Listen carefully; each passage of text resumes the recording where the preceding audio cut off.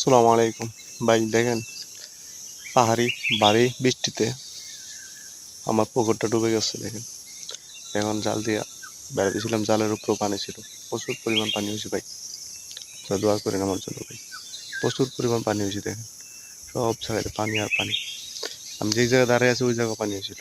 দেখেন, অনেক পানি, মানে একটানা আপনার পানি হবে না কেন, একটানা 5 দিন শুধু বৃষ্টি আর বৃষ্টি, এত পরিমাণ বৃষ্টি তো বলার বাহিরে। তারপর জাল দিয়েছি, জাল দেওয়ার পরেও আপনার পানি জালের উপরে প্রায় 1 হাত ছিল।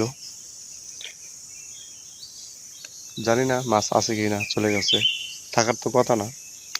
তারপর জাল যেভাবে রাখছিলাম ওইভাবে দেওয়া আছে জাল। এখন